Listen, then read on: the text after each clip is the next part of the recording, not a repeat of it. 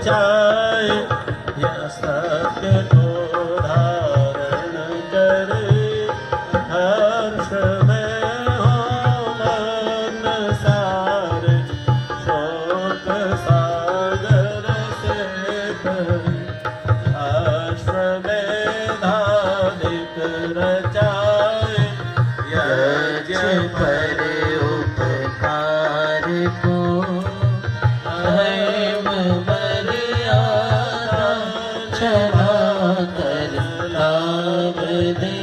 संसार को, नित्य श्रद्धा भक्ति से यज्ञ आदि हम करते रहे, रोग पीड़ित विश्व के संताप सब हरते रहे, भावना मिट जाए मन से पाप अत्याचार की, भावनाएं पूर्ण होवे यज से नर नारी की, लाभकारी हो हवन है जीवधारी जन की,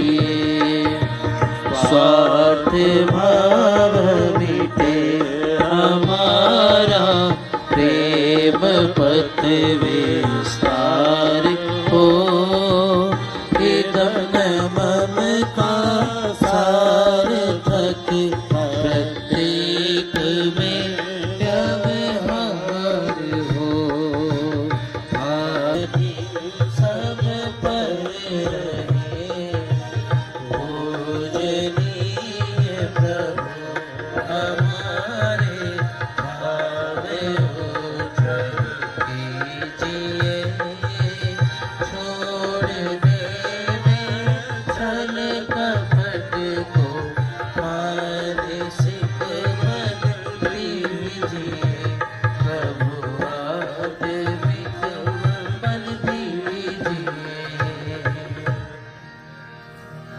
यज्ञ को यही संपन्न करते हुए जो यजमान यज्ञ वेदी पर बैठे हुए हैं, सभी हाथ जोड़ लें और प्रभु का ध्यान धन्यवाद करते हुए, प्रभु स्वास्थ्य की रक्षा होती है और प्रभु की भक्ति भी हो जाती है, तो बहुत श्रेष्ठतम कर्म आप सबने संपन्न किया। प्रभु का धन्यवाद करते हुए, प्रभु आगे भी आपकी कृपा बनी रहे, ऐसे यज्ञान धर्म प्रचार के कार्यों में हमारा योगदान रहे, जिससे जीवन खुशियों की सदा बहार बना रहे, ऐसी प्रार्थना करते हुए सभी यजमान बैठे और आए हुए सभी महानुभाव अतिथिगण माताएं बहनें सब इनके उज्जवल भविष्य के लिए शुभ कामनाएं आशीर्वचन कहें। सब बोले ओम ओम। हे परमात्मन भवत कृपया यजमानानां कामाः सत्यः सन्तु सफलाः सन्तु परिपूर्णाः सन्तु शुभाः सन्तु सुखं भवतु। ओम स्वस्ति स्वस्ति स्वस्ति। सबके उज्जवल भविष्य के लिए बहुत मंगल कामनाएं, सब सुखी रहें, हंसते मुस्कुराते उन्नति पाते रहें, घर आंगन खुशियों की बहार बनी रहे, ऐसी प्रार्थना। सबको बधाई। ओम स्वस्ति। अब आर्य जगत के पहले थोड़ा सा कुर्सियों पे या जहाँ जैसे सुविधा पूर्वक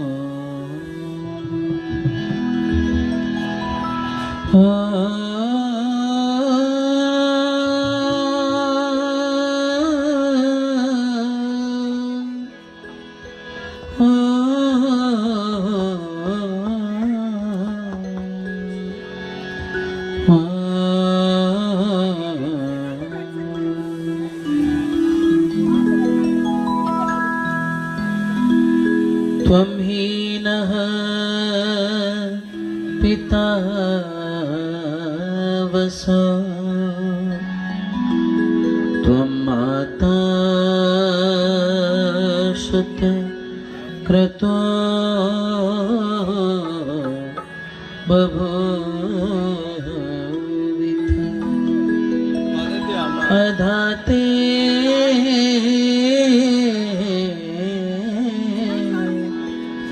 सोमनमी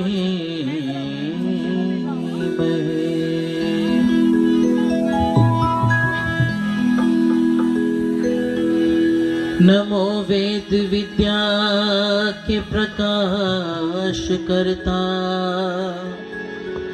नमस्कार अज्ञान के नाश करता, नमस्कार बल बुद्धि के देने वाले, नमस्कार सब दुखों के हर लेने वाले, नमस्ते निराकार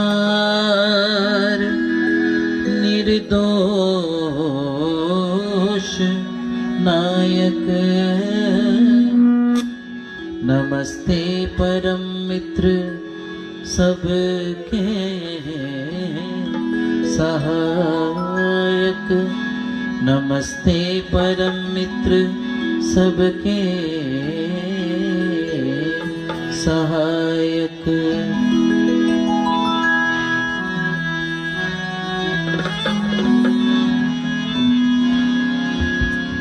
जाप न किया है तूने ओम नाम का। आइए मेरे साथ में मिलकर के सभी गुनगुनाएं और आनंद लेंगे इस वातावरण का, इस सत्संग के माहौल का। जाप न किया है तूने ओम नाम का, जाप न किया है तूने ओम नाम का, करुणा निधान प्यारे सुख धाम का। जाप न किया है, जाप न किया है, जाप न किया है। पीछे तक हथेली बजने की आवाज आनी चाहिए और पीछे तक सब बोलेंगे, आनंद लेंगे।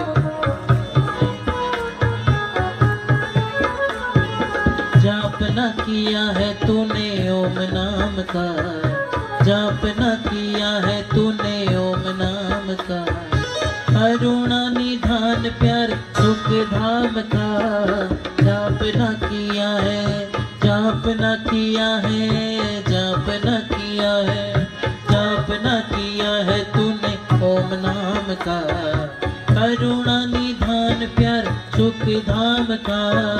जाप न किया है, जाप न किया है, जाप न किया है।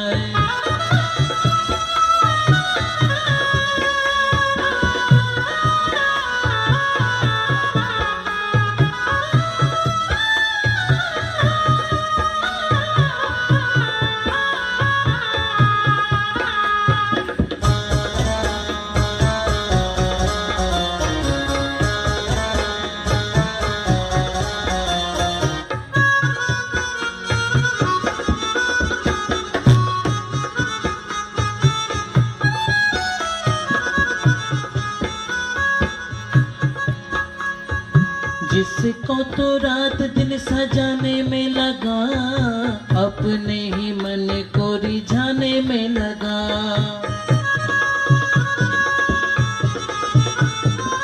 जिसको तो रात दिन सजाने में लगा, अपने ही मन को रिझाने में लगा। कुछ न बनेगा तेरे गोरे चाम का, कुछ न बनेगा तेरे गोरे चाम का, करुणा निधान प्यारे सुख धाम का जाप न किया है, जाप न किया है, जाप न किया है, जाप न किया है तूने ओम नाम का। करुणा निधान प्यारे सुख धाम का जाप न किया है, जाप न किया है, जाप न किया है।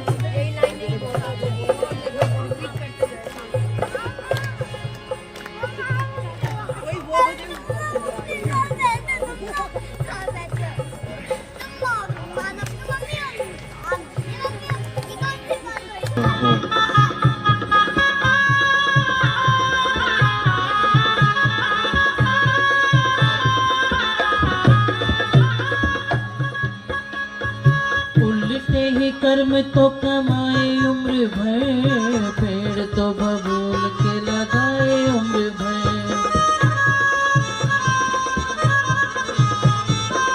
उल्टे ही कर्म तो कमाए उम्र भर, पेड़ तो बबूल के लगाए उम्र भर। कहाँ से मिलेगा तुझे फल आम का, कहाँ से मिलेगा तुझे फल आम का।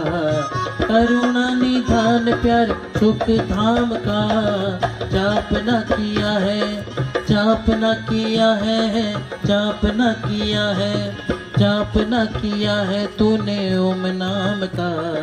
करुणा निधान प्यार सुख धाम का जाप न किया है।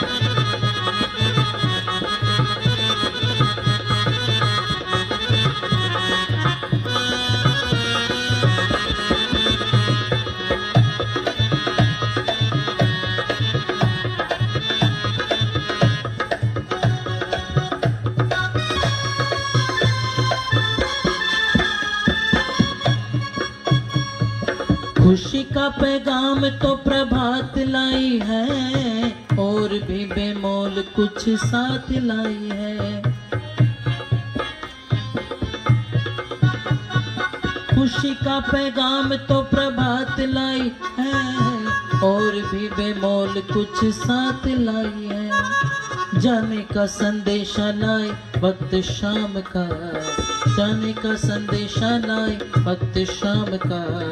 करुणा निधान प्यार सुख धाम का जाप न किया है, जाप न किया है, जाप न किया है, जाप न किया है तूने ओम नाम का। करुणा निधान प्यार सुख धाम का जाप न किया है, जाप न किया है, जाप न किया है, जाप न किया है तूने ओम नाम का। करुणा निधान प्यार सुख धाम का जाप न किया है, जाप न किया है, जाप न किया है, जाप न किया है, जाप न किया है। बोले सच्चिदानंद भगवान की। भैया इसकी ट्रबल बढ़ा दिया आपने, इसकी ट्रबल बढ़ा दी, बेस खत्म कर दिया इससे। इसको एक बार सेट कर दो। हो गया था पहले, सही चल रहा था, जब हाँ लाइट गई तो सारा हाँ रीसेट हो जाता है, चलो कोई बात नहीं, हम भी रीसेट हो गए अब। आर्य समाज कीर्ति नगर के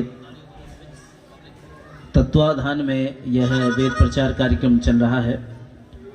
आदर और सम्मान के योग्य पूज्य आचार्य संजय याज्ञिक जी हमारे बीच में उपस्थित हैं, जिन्होंने यज्ञ की बड़ी ही सुंदर व्यवस्था की है और यज्ञ के ब्रह्मा आदर और सम्मान के योग्य आदरणीय श्री आचार्य ऋषिपाल शास्त्री जी, समाज के सुयोग्य प्रधान जी, मंत्री जी, कोषाध्यक्ष जी, समस्त पदाधिकारीगण, सम्मुख बैठे सभी आर्यभद्र पुरुषों, वंदना एवं पूजा के योग्य मातृशक्ति, नौजवान साथियों, प्यारे बच्चों, बड़े ही सुंदर सत्संग का कार्यक्रम अभी आपके बीच में ये उपस्थित हुआ है।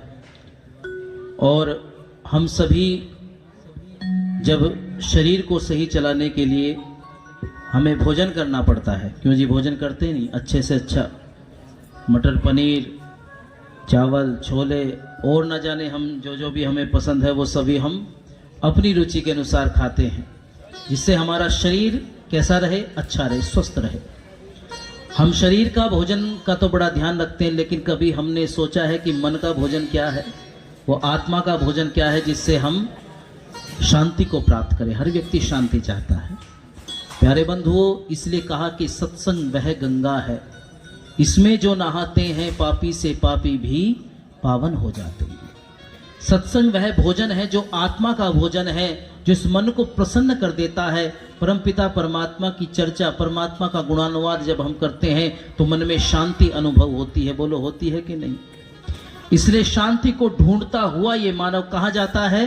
ये सत्संग में जाता है। आप सभी बड़े सौभाग्यशाली हैं, बड़े सौभाग्यशाली हैं कि आप सत्संग में आपको आने का अवसर मिला है। और सत्संग जो होता है वो सबके नसीब में नहीं होता, वो बहुत विरलों को मिलता है। इसलिए कहा कविवर प्रकाश जी ने, आइए मेरे साथ में मिलकर के हल्की मीठी मीठी तालियां बजाएंगे और सभी बोलने का प्रयत्न करेंगे। सभी की आवाज मुझ तक आनी चाहिए। अगर नहीं आवाज आई आप लोगों की तो मैं एक ही पंक्ति को बार बार बोलता रहूंगा, आगे नहीं बढ़ूंगा। तो चलिए आइए मेरे साथ जुड़िएगा कि सत्संग हरि कथा में नर जाए तो अच्छा है। सत्संग हरि कथा में नर जाए तो अच्छा है। सद्भावना हृदय में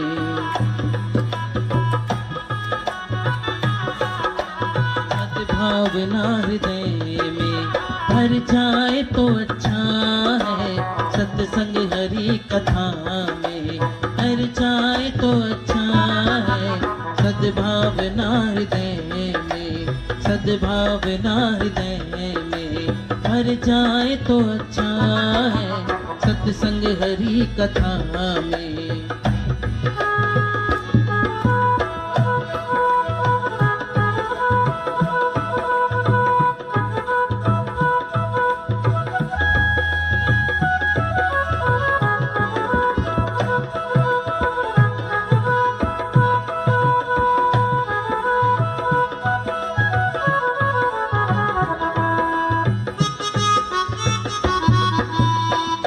सभी मीठी मीठी तालियां बजाएं, आलस्य को दूर करें, एक्यूप्रेशर करेंगे। मर जाए तो अच्छा है।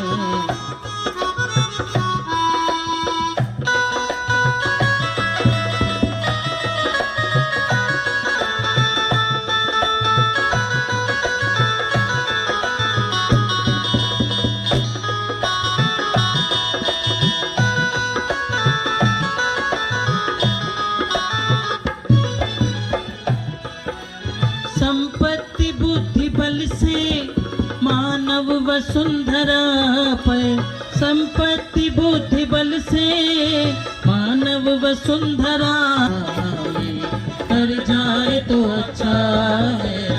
सद्भावना हृदय में भर जाए तो अच्छा है। सत्संग हरि कथा में भर जाए तो अच्छा है। सत्संग हरि कथा में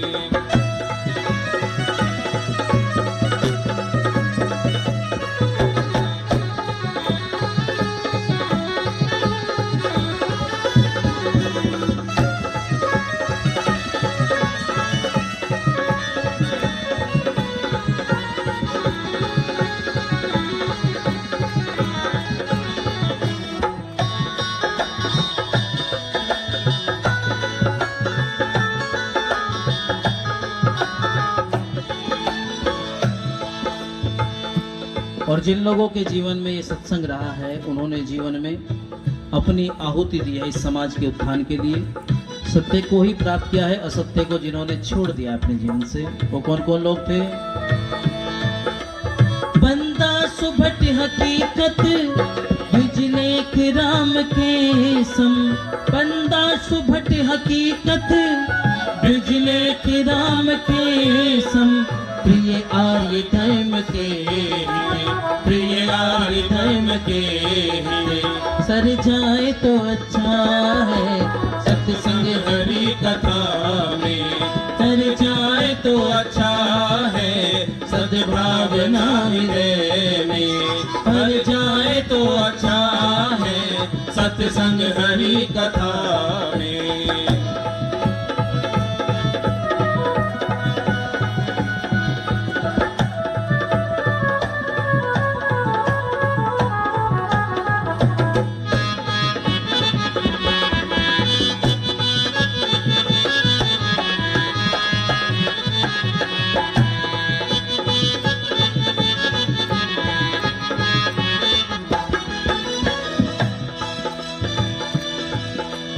करके कुकर्म कुल में जो कालिमा लगाए, करके कुकर्म कुल में जो कालिमा लगाए, करके कुकर्म कुल में जो कालिमा लगाए, पुत्र ऐसा जन्मते ही, पुत्र ऐसा जन्मते ही, मर जाए तो अच्छा है सद्भावना हृदय में, मर जाए तो अच्छा है सत्संग हरि कथा में, मर जाए तो अच्छा है सद्भावना हृदय में, मर जाए तो अच्छा है सत्संग हरि कथा में।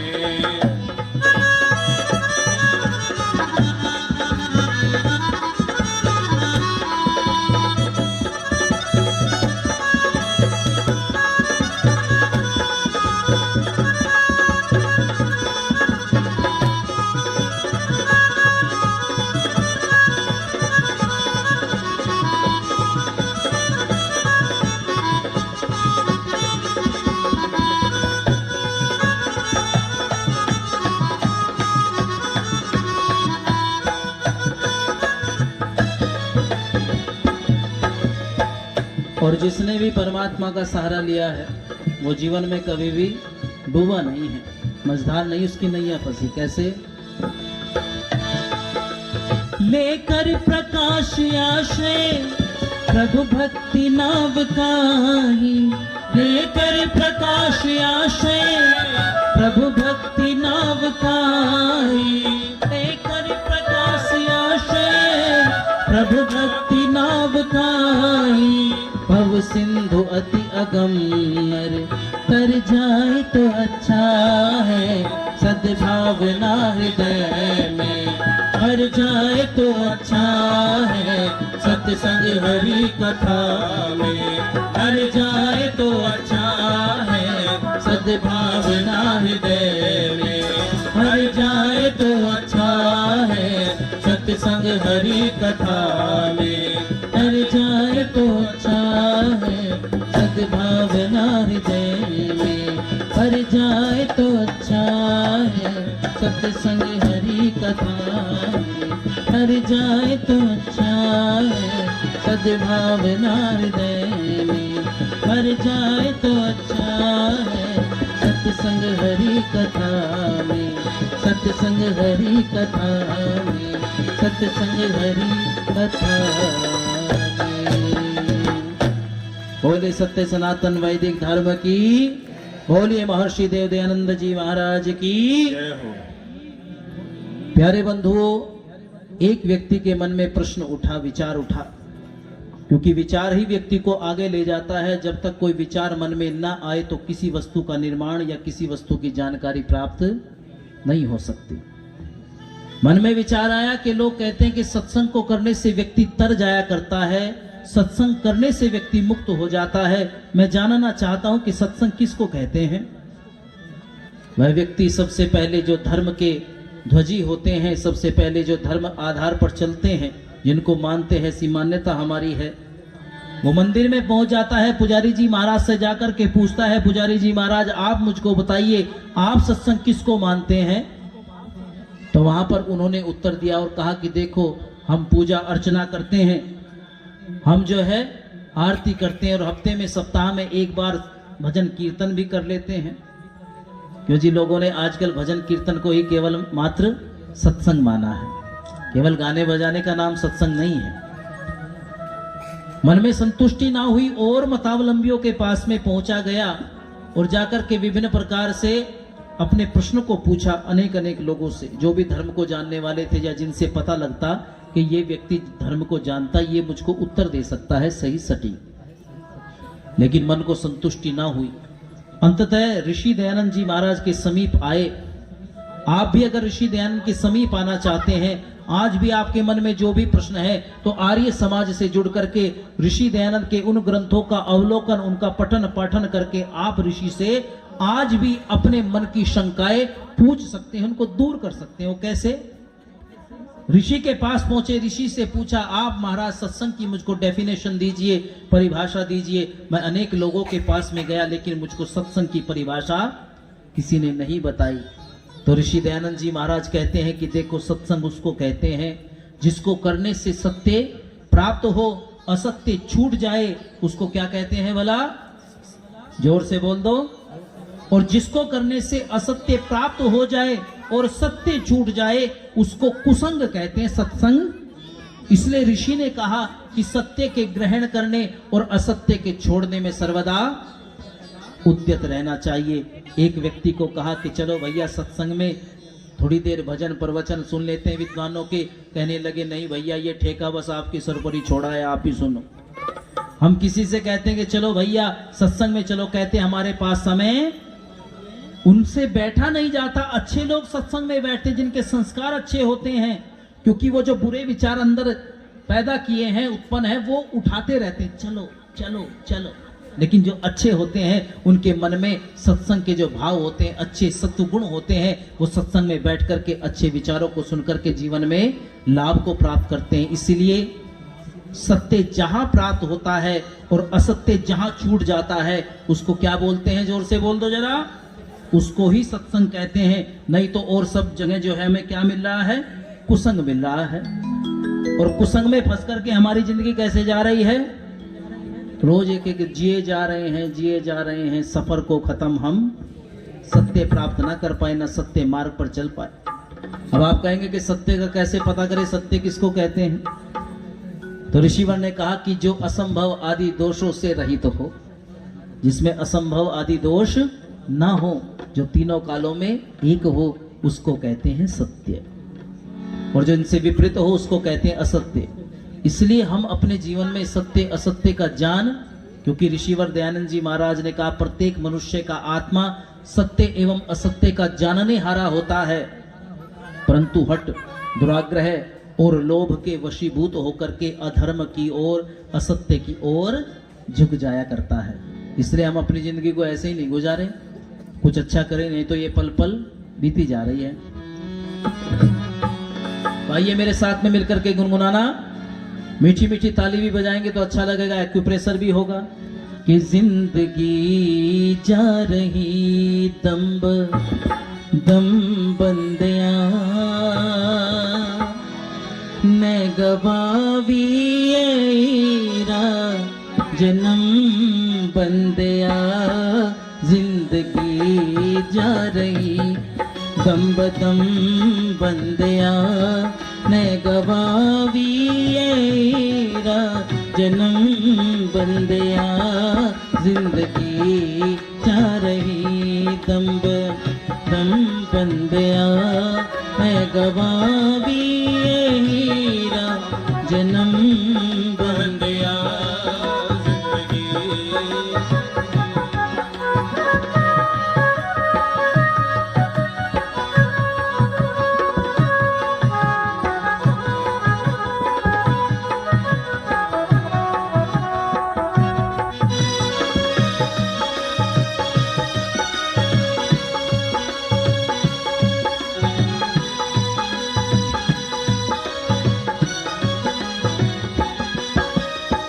कैसे कैसे लोग थे, यहाँ सब चले गए, कोई नहीं रहा यहाँ संसार में। जिन्होंने सत्य मार्ग पर अपना स्थान बनाया है केवल उन्हीं का नाम रहता है, नहीं तो सब लोग क्या करते, उनका नाम लेना भी पसंद नहीं करते। कौन कौन थे? हिरण्यकश्यप जय, कंस रावण जय, जो अनेका बरस राज कर दे रहे।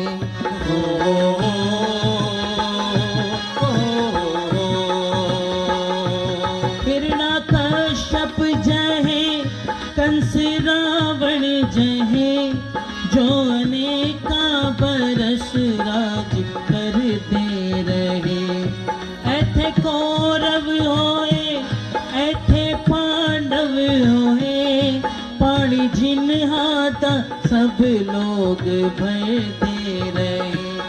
ऐथे कौरव होए, ऐथे पांडव होए, पानी जिन हाथा सब लोग भर दे रहे। वक्त आया ते हो गए खत्म बंदिया, वक्त आया ते हो गए खत्म बंदिया, मैं गवावी ये हीरा जन्म बंदिया, जिंदगी जा रही दम दम बंदिया, मैं गवावी ये हीरा जन्म बंदिया, जिंदगी जा रही।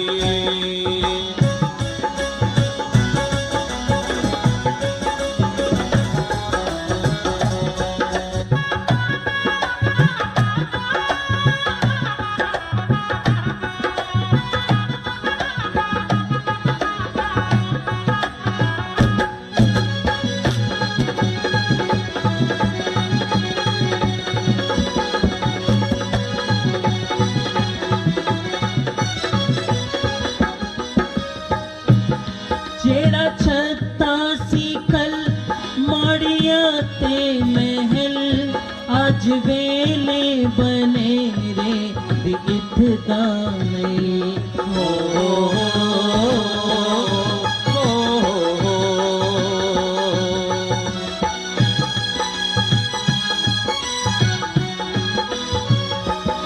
जेड़ा छत्ता सीकल माड़िया ते महल, आज वेले बने रे दिखदा नहीं। नाल तदवीर दे, नाल शमशीर दे, लख बारी मिटाया वे मिटदा नहीं। नाल तदवीर दे, नाल शमशीर दे, लख बारी मिटाया वे मिटदा नहीं। जो विधाता लिख गई कलम बंदिया, मैं गवावी ये जन्म बंदिया, जिंदगी जा रही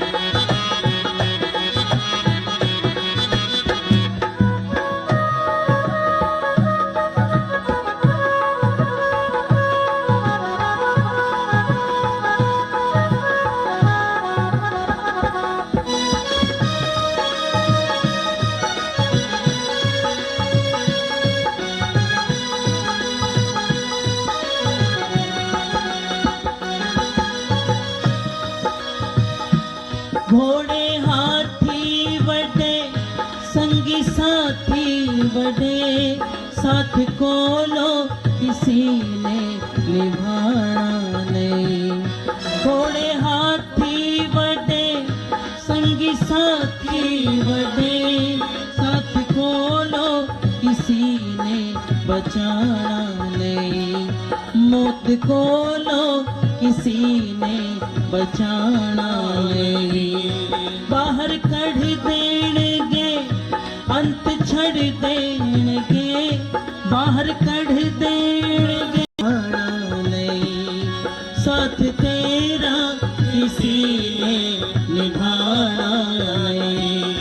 साथ जावणगे तेरे करम बंदिया, मैं गवावीरा जन्म बंदिया। जिंदगी जा रही दम दम बंदिया, जिंदगी जा रही।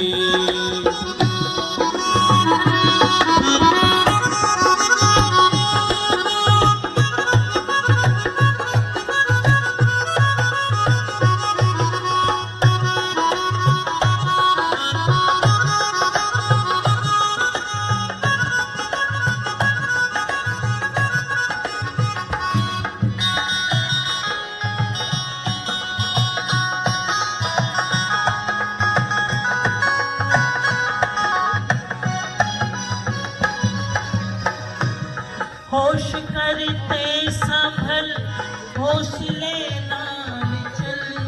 होश करते संभल, होश लेना चल। पैर तक दी तेरे दूर मंजिल खड़ी, पैर तक दी तेरे दूर मंजिल खड़ी। डगमगावी ना तू, तिलक जावी ना तू, डगमगावी ना तू, तिलक जावी ना तू। तेरी रस्ते चविशिया दिल तन बड़ी, तेरे रस्ते चविशिया दिल तन बड़ी। हर पथिक सांभर कर हर तेरा जन्म बंदिया, जिंदगी जा रही दम दम बंदिया। मैं गवावी तेरा जन्म बंदिया, जिंदगी जा रही दम दम बंदिया। मैं गवावी तेरा जन्म बंदिया, जिंदगी जा रही दम दम बंदिया। मैं गवावी तेरा जन्म बंदिया, मैं गवावी तेरा जन्म बंदिया। मैं गवावी तेरा जन्म बंदिया। बोलिए महर्षि दयानंद जी महाराज की। तो ये हीरा जन्म हमको मिला है, ये गंवाने के काबिल नहीं है। ये हीरा जन्म हमको बड़ा ही महत्वपूर्ण है और पौराणिक। जी गिन सकते हो क्या? 84 ही गिन दो। 84 गिननी बड़ी मुश्किल है, 84 लाख तो बहुत बड़ी बात है। तो मैं कहा करता हूँ कि जिस शास्त्र हमारे ऊपर कि उसने कम से कम 84 लाख गिन तो भी, हम तो 84 भी नहीं गिन सकते। योनियां तो असंख्य है, लेकिन 84 लाख योनियां कहा गया कि मानव का देह ये बड़ी मुश्किल से मिलता है। बड़े भाग मानुष तन पावा, सुर दुर्लभ सब ग्रंथन गावा। इसलिए हम इसको व्यर्थ ना जाने दें। ऋषिवर देव दयानंद जी महाराज ने इसलिए तो कहा है कि हम सभी लोग कैसे रहें, हम सभी लोग धर्म के मार्ग पर रहें, सत्य के मार्ग पर रहें और अपना जीवन सत्य के पथ पर चलाते रहें। तो आइए कुछ पंक्ति में आपके सम्मुख जो है एक मुखड़ा और एक अंतरा छोटा सा गीत है ऋषिवर दयानंद जी महाराज को समर्पित करते हुए उसको गुनगुनाना चाहूंगा। आप मेरे साथ में गुनगुनाए। ओ जग में वेदों का डंका बजाया, मेरे साथ मिलकर के सभी बोले, आनंद लेंगे। ओ जग में वेदों का डंका बजाया, किया अद्भुत संग्राम था। जग में वेदों का डंका बजाया, काशी पंडों का दलित गाया, काशी पंडों का दलित गाया।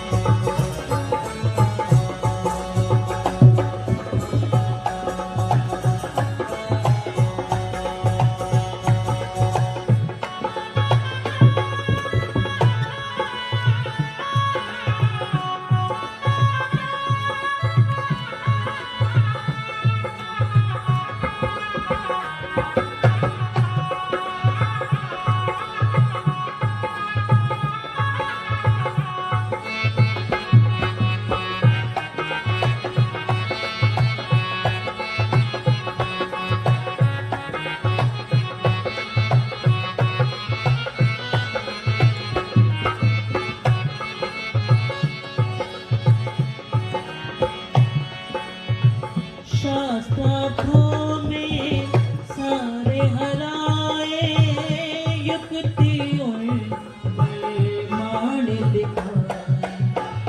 शास्त्रार्थों में सारे हराए, युक्ति और मान दिखाए। बना बता जग में वेदों का डंका बजाया, वो जग में वेदों का डंका बजाया। यह अद्भुत संग्राम था, काशी पंडों का तल ठहराया।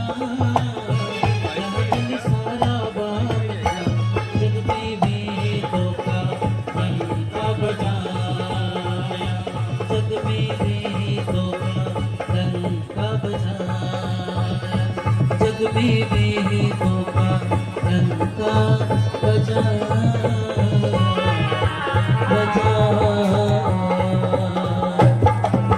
बोले सत्य सनातन वैदिक धर्म की, महर्षि देव दयानंद जी महाराज की जय हो।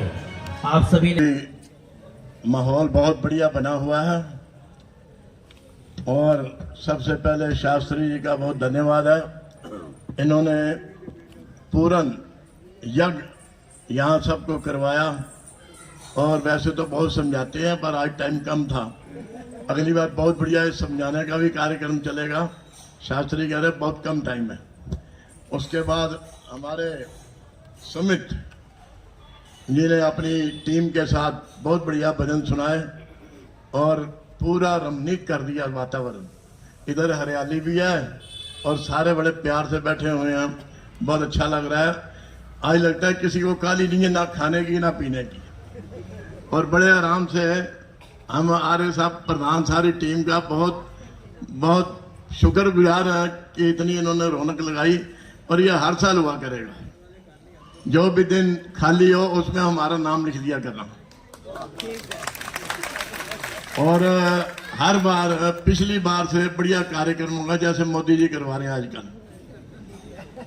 उसके बाद हमारे आचार्य जी संजय याग्निक जी मेरठ से आए हैं, बहुत बढ़िया विचार रखते हैं, बहुत बढ़िया समझाते हैं। और अब मैं उनसे प्रार्थना करूंगा कि थोड़े टाइम के लिए, यह 9 बजे में 5 मिनट पे खत्म हो जाएगा। इसके बाद 5-10 मिनट के लिए हमारी बहन जी आई हैं, सेठी साहब की बहन जी, ये भी बड़ी पढ़ी लिखी और बहुत इंटेलिजेंट है। हमने बहन जी आपसे, हम लोग सुबह मंत्र उच्चारण करते हैं ओम भूर्भुवः स्वः, उसके बाद 2-3 और मंत्र बोलते हैं। आप उसका भी व्याख्यान जरा कर देना, क्योंकि हमें कुछ समय कम है। सब कहते हैं समझाओ, मैं कहता हूँ मैं थोड़ा समझदार हूँ, बाकी बहन जी समझा देंगी।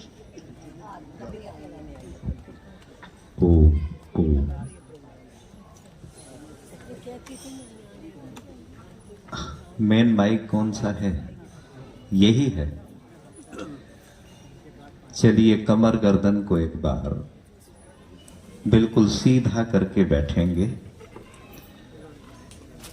और पहले मैं अपने फोन को साइलेंट मोड पे लगा दूं, तो फिर मैं आपको भी कह सकता हूं। मेरे साथ मिलकर एक बार गायत्री महामंत्र का सामूहिक रूप से पाठ करेंगे और उसके बाद जो समय शेष बचा हुआ है इसका पूरा पूरा सदुपयोग करेंगे। बच्चों बोलोगे ना? गायत्री मंत्र याद है ना? चलिए सब मिलकर बोलेंगे।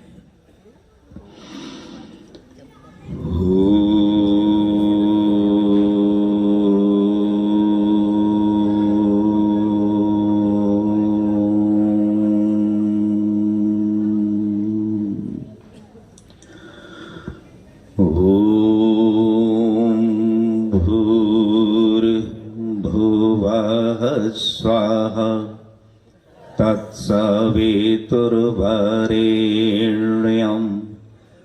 भर्गो देवस्य धीमहि धियो यो नः प्रचोदयात्। धियो यो नः प्रचोदयात् धियो यो नः प्रचोदयात्।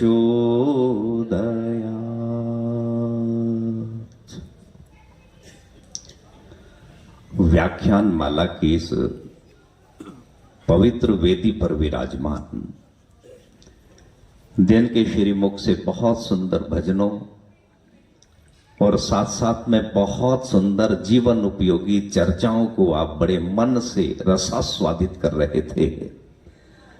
आर्य जगत के बहुत सुप्रसिद्ध भजनोपदेशक सम्माननीय श्रीमान सुमित्र जी अंगेरश, आपके सहयोगी, जिनके कुशल ब्रह्मत्व में हम सबने संसार के श्रेष्ठ और ज्येष्ठ कार्य यज्ञ को सर्वप्रथम यहां संपादित किया, श्रद्धेय डॉक्टर ऋषिपाल जी, जिन्होंने बड़े आदर, प्रेम और सम्मान से इस कार्यक्रम की सूचना को आप तक पहुंचाया और यहां आने के लिए सादर आमंत्रित किया। इस सुंदर आयोजन के सभी सम्माननीय आयोजकगण और जिन्होंने नेपथ्य में रहकर इस कार्यक्रम की सफलता के लिए प्रयत्न और पुरुषार्थ किया होगा, आपके वो सभी अनाम सहयोगी, अपने अपने क्षेत्र के सभी विशिष्ट महानुभाव, पूज्या वंदनीया मातृशक्ति, प्यारे बच्चों एवं अपने व्यस्ततम समय में से समय निकालकर, क्या यूं कहा जाए कि कुछ मनोरंजन का त्याग करके, जरूरी काम को छोड़कर, आराम नींद का त्याग करके यहां सुनने की इच्छा, जिज्ञासा, कामना को लेकर उपस्थित हुए सभी विचारशील सज्जनों। अभी संभवतः अरोड़ा जी है ना, आपने कहा कि 9 बजने में 5 मिनट पहले ही आचार्य जी माइक छोड़ देंगे और अभी 8:30 लगभग होने वाली है। और सच कहूं, मैं मन बना के बैठा था कि एक मंत्र की बहुत सुंदरतम व्याख्या आपके बीच में बड़े मन, बड़े आनंद से करूंगा। अच्छा, चलिए चलिए, तो पूरे मंत्र की व्याख्या तो नहीं हो पाएगी, लेकिन मैं इस बात को बहुधा कहा करता हूं। कल भी मैंने ये बात कही थी कि लंबे चौड़े व्याख्यानों से कोई बहुत हित, कोई भला नहीं होता। 1-2 घंटे की कथा में केवल एक वाक्य, एक शब्द ही ऐसा होता है जो अपील कर जाता है और हमारे जीवन में बड़ा भारी परिवर्तन ला सकता है। मैं एक मंत्र आपके बीच में सीधा सीधा रखता हूं, क्योंकि आर्य समाज का मंच है और आर्य समाज का मुख्य उद्देश्य है ज्यादा से ज्यादा वेद का प्रचार करना, ज्यादा से ज्यादा वैदिक विचारधारा को जनमानस में बड़ी सरलता से पहुंचाना। एक मंत्र है, ये मंत्र बड़ा पॉपुलर है और YouTube पर इस मंत्र को मैंने व्याख्या रूप में कहा है और बहुत लोगों ने सुना है। कौन सा मंत्र है जितेंद्र जी? ओम य आत्मदा बलदा यस्य विश्व उपासते प्रशेषम यस्य देवाः यस्य छाया अमृतम यस्य मृत्यु कस्मै देवाय हविषा विधेम। यहां सब तो नहीं, लेकिन बहुत सारे लोग ऐसे जरूर बैठे होंगे जिन्होंने इस मंत्र के भावार्थ को गद्य में भी और पद्य में भी न जाने कितनी बार सुना होगा, कितनी बार पढ़ा होगा, कितनी बार सुनाया भी होगा। बहुत सारे लोग हैं ना जी। महर्षि दयानंद इस मंत्र का भावार्थ करते हुए क्या लिखते हैं मंत्री जी? जो आत्मज्ञान का दाता, शरीर, आत्मा और समाज के बल का देनेहारा, जिसकी सब विद्वान लोग उपासना करते हैं और जिसका प्रत्यक्ष सत्य स्वरूप शासन न्याय अर्थात शिक्षा को मानते हैं, जिसका आश्रय ही मोक्ष सुखदायक है और जिसका न मानना अर्थात भक्ति न करना ही मृत्यु आदि दुख का हेतु है। हम लोग उस सुख स्वरूप सकल ज्ञान के देने हारे परमात्मा की प्राप्ति के लिए आत्मा और अंतःकरण से भक्ति अर्थात उसी की आज्ञा पालन करने में तत्पर रहे।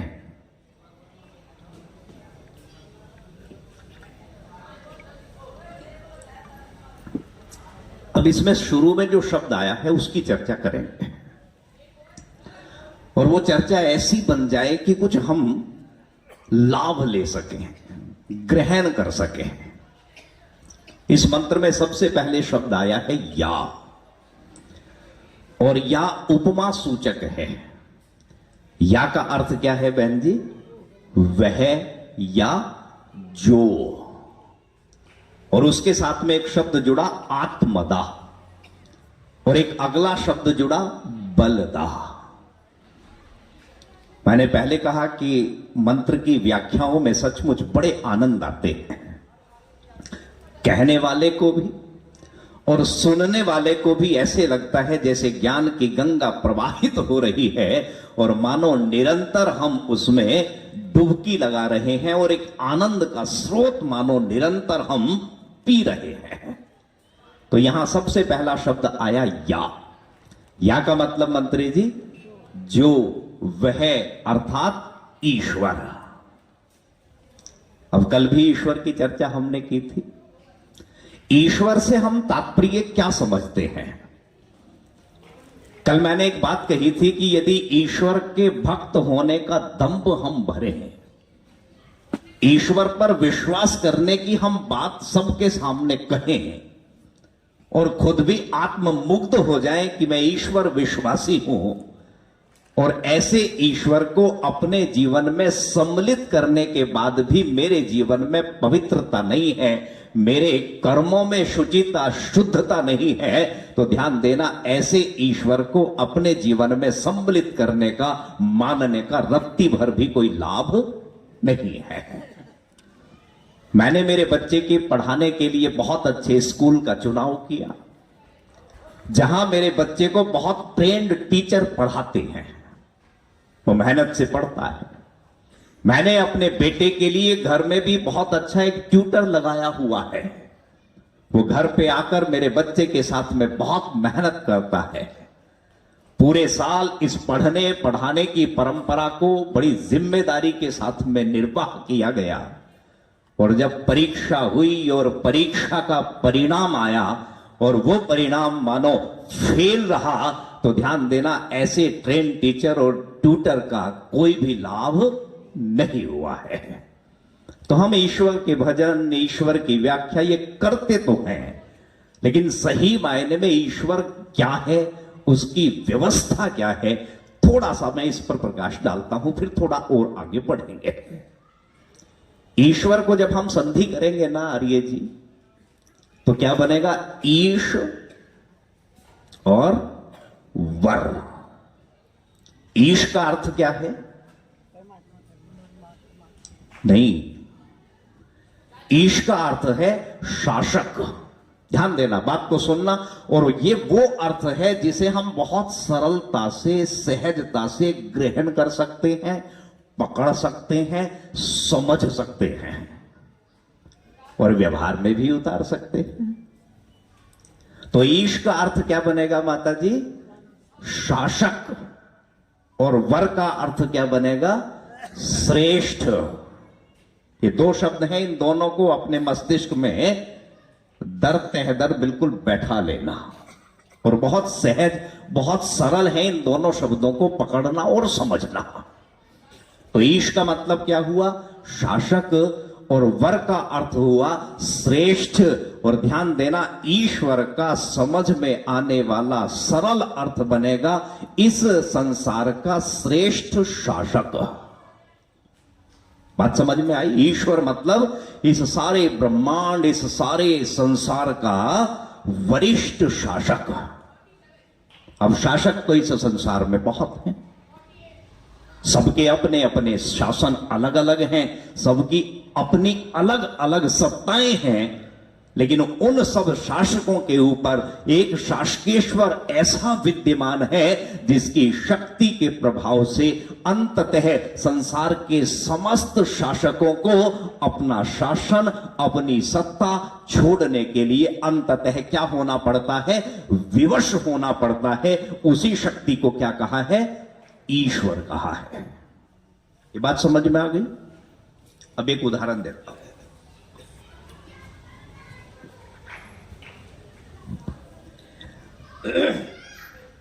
ईश्वर की बनाई हुई ये सृष्टि, और आप सब इत्तेफाक रखेंगे इस बात से, हम चिंतन कम करते हैं। नहीं तो इस संसार में प्रत्येक घटित घटना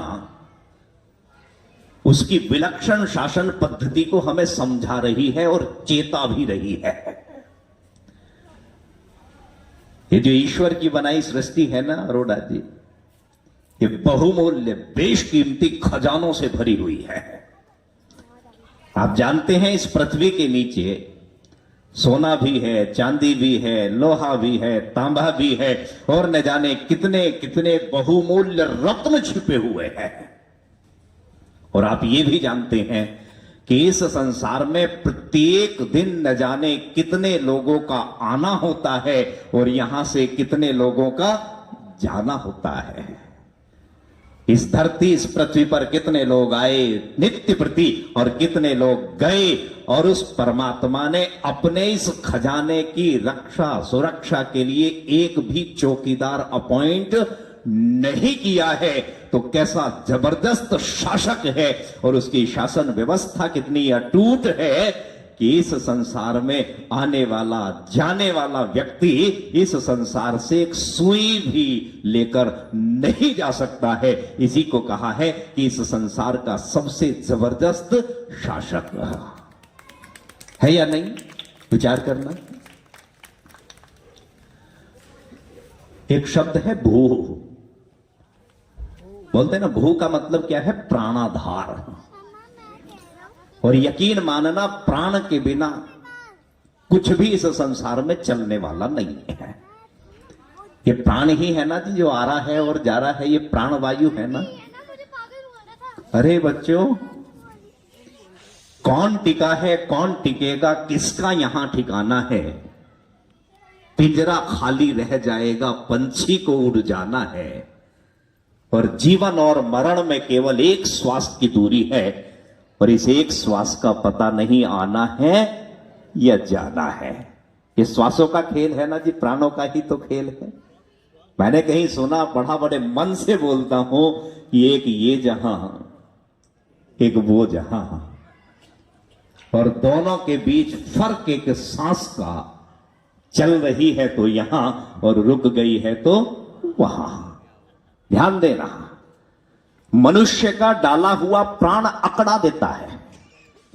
मनुष्य ने साइकिल के ट्यूब में हवा डाली, वो अकड़ गई, वो फूल गई। बच्चे फुटबॉल खेलते हैं, मनुष्य उसमें प्राण डालता है, वो अकड़ जाती है, वो फूल जाती है। और ध्यान देना, एक छोटा सा छिद्र हुआ, और छोटा सा छिद्र होने पर मनुष्य का डाला हुआ प्राण निकल जाता है। लेकिन कैसा जबरदस्त शासक है वो कि इस शरीर में उसका डाला हुआ प्राण 9 छिद्रों के उपस्थित होने पर भी कभी निकलता नहीं है। इसलिए उसे क्या कहा है? श्रेष्ठ शासक कहा है। उस शक्ति को क्या कहा है? ईश्वर कहा है। बात समझ में आ गई? और आगे उदाहरण देने की तो जरूरत नहीं है ना जी। इतने से ही पता चलता है कि वो इस संसार पर शासन करने वाला है।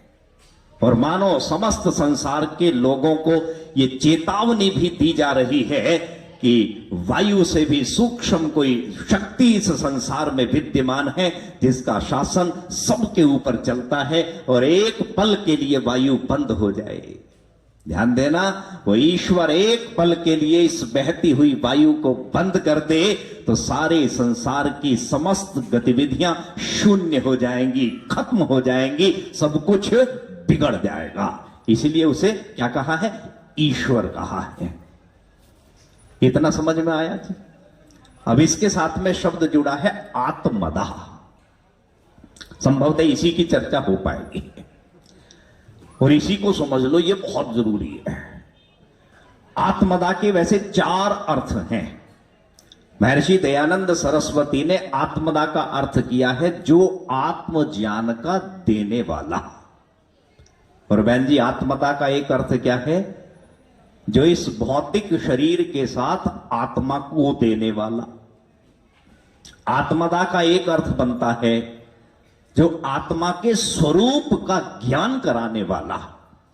और आत्मदा का ही एक अर्थ बनता है वह ईश्वर जो अपने निज स्वरूप का भी ज्ञान कराता है, उसे भी आत्मदा शब्द से ही संबोधित किया गया है।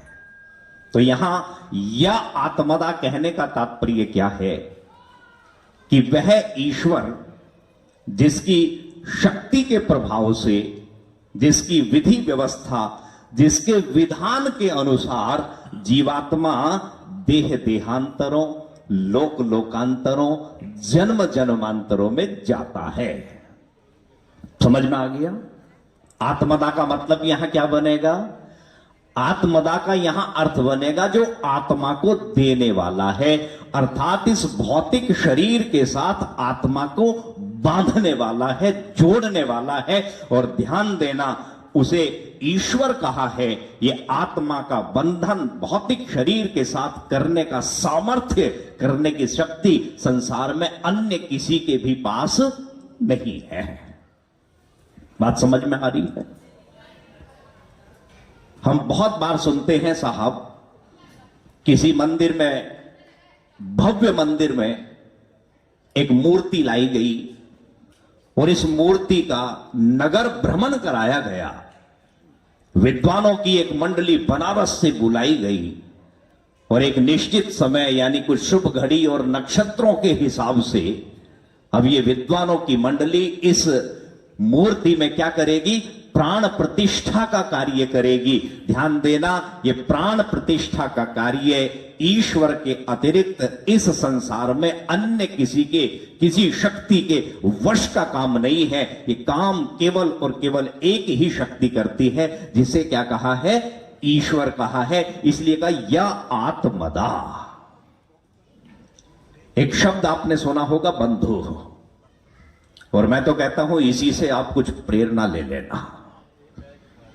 बंधु का अर्थ क्या है? लौकिक जगत, व्यवहारिक जीवन में बंधु का तात्पर्य बनता है बधनाति प्रेमना से बंधु, अर्थात इस लोक व्यवहार में हमें जो अपने प्रेम पाश में बांध ले, अपने स्नेह के बंधन में हमें जकड़ ले, अपनेपन के सूत्र में, अपनेपन की गांठ से हमें जो जोड़ ले, उसे व्यवहारिक जीवन में क्या कहेंगे? बंधु कहेंगे। लेकिन परमात्मा को भी बंधु कहा है। और परमात्मा को बंधु कहने का तात्पर्य क्या है? परमात्मा को बंधु कहने का तात्पर्य वही है जो अभी मैंने कहा कि इस 5 तत्वों के संयोग भौतिक शरीर के साथ में जो आत्मा के बंधन का सामर्थ्य रखता है, इसलिए उस परमात्मा को भी क्या कहा है? बंधु कहा है। और एक और शब्द है जिस पे आप थोड़ा सा और विचार कर सकते हैं, सम्यक रूपेण बधनाति। ये बहुत महत्वपूर्ण है। यदि ये भाव हमारे अंतर मन में जड़ कर जाए, यदि ये भाव हमारे यहां बैठ चिपक जाए, तो फिर ज्यादा चिंता करने की आवश्यकता नहीं है। तो क्या शब्द बोला मैंने? किसी ने ध्यान से सुना हो तो बताओ। सम्यक रूपेण बधनाति, अर्थात जो हमसे अच्छे प्रकार से बंधा हुआ है। हम गांव में रहें, हम शहर में रहें, हम बाजार में रहें, हम खेत में रहें, खलियान में रहें, कहीं भी रहें, जो एक पल, एक क्षण के लिए हमारे साथ को छोड़ता नहीं है। और ध्यान देना, आपसे प्रेम करने वाला कोई भी व्यक्ति इस संसार में कितना ही प्रेम का दंभ भरता हो, असंभव है ऐसा कि वो हर वक्त हर समय आपके पास में उपलब्ध होगा। ये होने वाला नहीं है।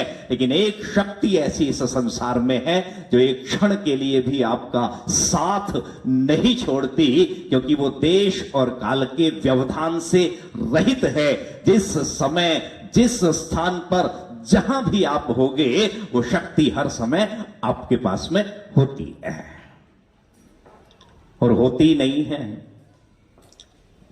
वो आपके मन की भी जानती है और दूसरे के मन की भी जानती है। यानी एक शक्ति ऐसी है जो सबके प्रातःकाल के, मैंने छोटे से अपने उद्बोधन में एक भावनाओं की बात कही थी और बहन जी ने एक प्रश्न भी किया छोटा सा। परमात्मा सच मानना हमें हमारी भावनाओं से ही जानते हैं। कई लोग बड़े कलाकार होते हैं। कलाकार का मतलब मन में कुछ और है, शब्दों से कुछ और बोलते हैं और सामने वाले को एहसास तक नहीं होने देते। सामने वाले को लगता है कि ये मेरा परम हितैषी है, ये मेरे कल्याण की बात करता है, ये मेरी प्रशंसा करता है। लेकिन ऐसे व्यक्ति कई बार मन में द्वेष का भाव भी रखते हैं, अहित की भावना भी रखते हैं और अपनी उस होशियारी से, अपनी उस कलाकारी से बहुत संभव है कि वो अपने मन के भाव को सामने वाले से छिपा लेते हो। होता है ना कि दुनिया में तो ऐसे बहुत सारे लोग हैं। लेकिन ये मेरी बात ध्यान से सुनना, एक शक्ति ऐसी है इस संसार में जो आपके मन की भी जानती है और दूसरे के मन की भी जानती है। लेकिन कमाल की बात यह है, आपके मन की बात उसे नहीं कहती और उसके मन की बात इसे नहीं कहती। और यदि ऐसा होना शुरू हो जाए तो बताइए रोज महाभारत होगा या नहीं होगा। किसी शायर ने एक बात कही, प्रधान जी, बहुत बढ़िया मेरी स्मृति में आई, फिर थोड़ा सा और आगे बढ़ेंगे। और एक शेर है बहुत बढ़िया, आप कहेंगे आचार्य जी कहां कैसी कैसी बात करते हैं। किसी शायर ने कहा कि समंदर सारे शराब होते तो सोचो कितने फसाद होते हैं। अब आपको थोड़ा सा अटपटा सा लगेगा, ये शराब की चर्चा ये और ये कहां कहां की बात करने लगे, लेकिन बहुत बड़ा संदेश है। समंदर सारे क्या कहा आपने? समंदर सारे शराब होते तो सोचो कितने फसाद होते और हकीकत अगर सारे ख्वाब होते तो सोचो कितने फसाद होते हैं। हकीकत का मतलब आप जानते हैं ना जी, जो ख्वाब हम देखते हैं जिस पर हमारा वश नहीं चलता ना, और हम उसे मानो नेस्ता नाबूद करने का मन बनाते हैं। वश नहीं चलता, वश चले तो तुझे आज ही मिट्टी में मिला दो। यानी मन में कहीं ना कहीं वो बात रह जाती है, कर नहीं पाते और वो ख्वाब की बात ही बन के रह जाती है। तो क्या कहा कि समंदर सारे शराब होते तो सोचो कितने फसाद होते, हकीकत अगर सारे ख्वाब होते तो सोचो कितने फसाद होते।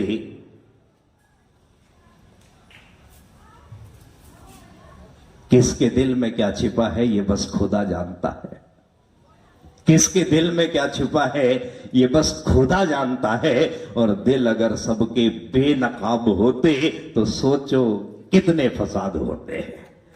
तो एक परमात्मा है, एक ईश्वर है जो सबके मन की जानता है और यहां अंतर गुहा में बैठा हुआ है और मेरी भी जानता है, आपकी भी जानता है। और ध्यान देना, जब दुख आता है, पीड़ा आती है, मेरे परिजन उस समय शायद दूर हो सकते हैं, लेकिन परमात्मा सबसे जल्दी मुझे धैर्य रूपी लाठी दे देता है, धैर्य रूपी पतवार दे देता है, मुझे संबल दे देता है, मुझे सहारा दे देता है। लेकिन वो कब अनुभव होता है? जब हम उस ईश्वर की सत्ता पर दृढ़ विश्वास रखते हैं।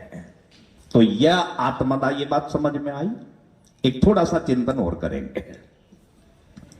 संसार का यह अनुभव बताता है, क्या बताता है?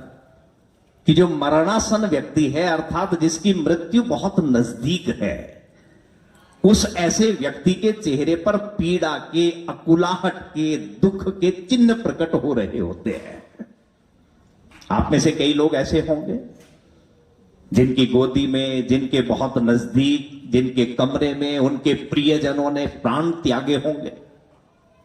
ये तो व्यवस्था है संसार की, ये तो नियम है इस प्रकृति का, इस परमात्मा के बनाए हुए जगत का। बहुत लोगों ने यह अनुभव किया होगा कि जो मरने वाला व्यक्ति है, अपने अंतिम समय में उसके चेहरे पर बहुत पीड़ा के, दुख के, वेदना के चिन्ह प्रकट हो रहे हैं। और ऐसा व्यक्ति कई बार कुछ कहना चाहता है। ऐसा मरने वाला व्यक्ति जिसकी मृत्यु बहुत नजदीक है, कुछ बोलना चाहता है, कुछ बताना चाहता है, लेकिन ऐसा लगता है उस समय, सुनील जी, कि उस व्यक्ति के कहने के सामर्थ्य को, उस व्यक्ति के बोलने की शक्ति को किसी ने छीन लिया है, किसी ने हर लिया है, और वो बोलना तो चाहता है लेकिन बोल नहीं पाता। होता है ना ऐसा कई बार। और परिजन कई बार फोर्स करते हैं, हाँ जी बोलो, अरे कुछ तो बोल दो अंतिम समय में। और कई स्वार्थी भी होते हैं, उनके मन में ये होती है पता नहीं अब अंतिम समय में क्या बता के जाने वाले हैं, कहीं कुछ रख छोड़ा हो और हमें अभी तक पता नहीं लगा हो सकता है उसका राज खोल दें, उसका ठिकाना कहीं बता दें। लेकिन उस समय ये व्यक्ति बोल नहीं पाता, कह नहीं पाता, तो एक भ्रांत धारणा लोगों में बनी। ये वैदिक मान्यता नहीं है, मैं पहले बता रहा हूं। संसार की इस व्यवस्था में ऐसी एक भ्रांति लोगों के, या यूं कहें कि जनमानस के मन में बनी कि अब इसे लेने के लिए यमदूत आ गए, अब इसे लेने के लिए देवदूत आ गए, और इन यमदूतों ने इसे अपने फंदे में, अपने पाश में बहुत अच्छे से जकड़ लिया है, पकड़ लिया है, क्योंकि ये मरना नहीं चाहता। देखो, मरना कोई नहीं चाहता, ये आपको भी पता है, मुझे भी पता है, कोई नहीं मरना चाहता। ये उनकी छूट से छूटना चाहता है, उनके फंदे से आजाद होना चाहता है, और कसमसाहट करता है, लेकिन निकल नहीं पाता, आजाद नहीं हो पाता। और वो जो बेबसी है, वो जो लाचारी है, वो जो मजबूरी है ना छूटने की, मानो वो चिन्ह, वो पीड़ा, वो वेदना वही है। लोगों में एक ऐसी धारणा बनी, भाई ऐसे लेने के लिए अब आ गए हैं यमाचार्य के दूत, और अब ये जाना चाहता नहीं है, इसलिए जबरदस्ती जाना पड़ रहा है, और इसके चेहरे पर यही ये चिन्ह है। और मैं आपको एक रहस्योद्घाटन करता हूं। बहुत सारे लोग यहां स्वाध्यायशील निसंदेह बैठे होंगे कि इस संसार में मरने से पहले मरने वाले व्यक्ति को मरने की पूर्व सूचना मिल जाती है। ये ध्यान से सुनना, और ये बात पकड़ना। पकड़ने का मेरा मतलब कहने का यह है कि सीख, जिसे हम कहते हैं ना उपदेश, जरूरी नहीं है कि यहां मंच पर बैठकर कोई व्याकरण पढ़ा हुआ व्यक्ति, वेद मंत्रों की व्याख्या करता हुआ व्यक्ति ही उत्तम संदेश, उत्तम उपदेश करे ना। आपके आसपास हो रही घटनाएं आपको बहुत सुंदर उपदेश दे रही होती हैं, यदि आप उपदेशग्राही हैं तो मैंने क्या कहा कि लगभग हर व्यक्ति को मरने से पहले मरने की पूर्व सूचना मिल जाती है। 2 प्रकार के व्यक्ति ऐसे हैं जिन्हें मरने की पूर्व सूचना नहीं मिलती। अब आपके मन में प्रश्न होगा, ये 2 कौन है भाई, जिन्हें, ये 2 कौन से बिरले ऐसे हैं जिन्हें मरने की सूचना ही नहीं मिलती, ये कैसे सबसे अलग हो गए? इन 2 में एक तो वो है जिसकी मृत्यु अकस्मात हो जाए, अचानक, जिसे कहते हैं पलक झपकते ही मृत्यु को प्राप्त हो जाए। जैसे एक व्यक्ति मानो बाजार से कुछ खरीद के चला,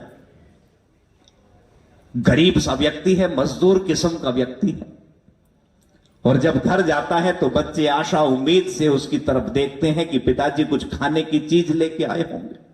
स्वाभाविक है, कुछ फल लाए, कुछ मिठाई, कुछ खिलौने, बच्चे ऐसी उम्मीद करते हैं अपने पिता से।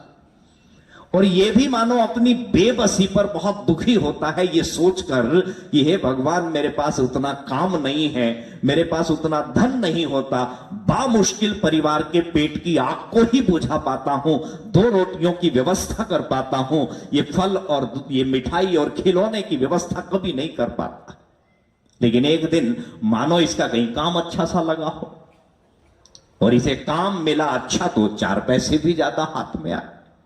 अब इस दिन इसने अपने बच्चों के लिए कुछ खिलौने भी खरीदे, कुछ मिठाइयां भी खरीदी और अपनी पत्नी के लिए एक साड़ी भी खरीदी, और मन में एक ताना बाना बुनता हुआ आगे बढ़ रहा है कि आज पत्नी देखेगी साड़ी, खुश हो जाएगी, बच्चे देखेंगे खिलौने और मिठाई तो प्रसन्न हो जाएंगे। यानी उसी सुखानुभूति में जो भविष्य में मिलने वाली है, उस कल्पना लोक में गोता लगाता हुआ सड़क पर आगे बढ़ रहा है, और अचानक पीछे से तेज गति से कोई गाड़ी आए और पलक झपकते ही इसे कुचल कर चली जाए और पल भर में ही इसका प्राणांत हो जाए। तो ध्यान देना, ऐसे मरने वाले व्यक्ति को मृत्यु की पूर्व सूचना नहीं मिल पाई है। और एक दूसरे कौन है पता है? जिनके अंतःकरण पर महातामस आच्छादित होता है। ये शब्द शायद सबकी समझ में नहीं आया होगा। जिनके अंतःकरण पर तामसिक संस्कारों का आवरण पूरी तरह से चढ़ा हुआ होता है, ऐसे उस व्यक्ति को भी मृत्यु की पूर्व सूचना नहीं मिल पाती है, अन्यथा सबको मिल जाती है। और अब जो मैं वाक्य बोल रहा हूं वो जरा ध्यान से सुनना, और मैं कहता हूं थोड़ा सा चिंतित होकर सुनना। और मैं तो ये कहता हूं कि उस अवस्था का चित्रण मन के सामने करके कुछ संदेश पकड़ने की नियत से सुनना। और वो मैं क्या कह रहा हूं कि मरने की पूर्व सूचना ही माताजी नहीं मिलती, अपितु इस सूचना में यह सूचना भी मिल जाती है कि यहां से कहां जा रहा है। पता है आपको, कुछ व्यक्ति बिरले ऐसे भी संसार में पाए जाते हैं जिनके मुखमंडल पर मरते समय दुख का, क्षोभ का, पीड़ा का कोई चिन्ह नहीं होता। यदि मरने का तरीका सबका एक जैसा होता तो बात समझ में आती कि हां, सबकी गति एक जैसी हो रही है। लेकिन एक व्यक्ति है जिसके चेहरे पर विषाद का एक भी लक्षण नहीं है, पता चल चुका है कि मृत्यु आ रही है, अब ये नाशवान चोला छोड़ना होगा निसंदेह, लेकिन उसके चेहरे पर दुख की एक लकीर भी नहीं है। और महर्षि दयानंद के जीवन की अंतिम उस दृश्य को जरा कल्पना के माध्यम से जाके देखना। शरीर में कितनी पीड़ा है ना? और उन्हें आभास हो गया है कि अब ये तन का पिंजरा खाली करना होगा।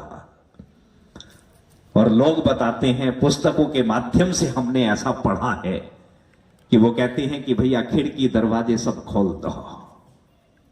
ईश्वर स्तुति, प्रार्थना, उपासना के 8 मंत्रों का बड़े मन से पाठ कर रहे हैं। अभी तो वेद भाष्य भी पूरा नहीं हुआ।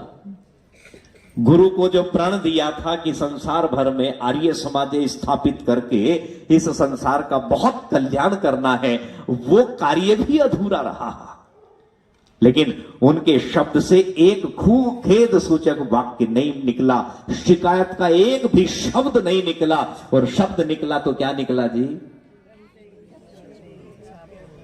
तूने अच्छी लीला की, तेरी इच्छा पूर्ण हो।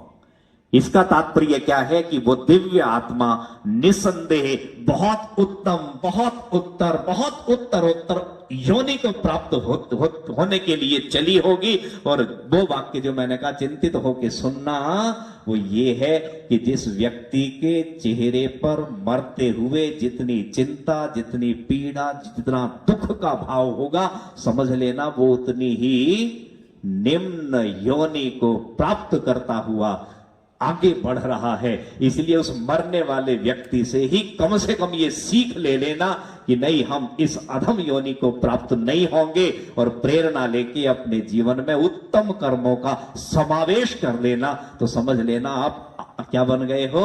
उपदेश ग्राही बन गए हो। तो बस समय तो हो गया, लेकिन इतना कहना चाहूंगा, मरने का मतलब क्या है जी?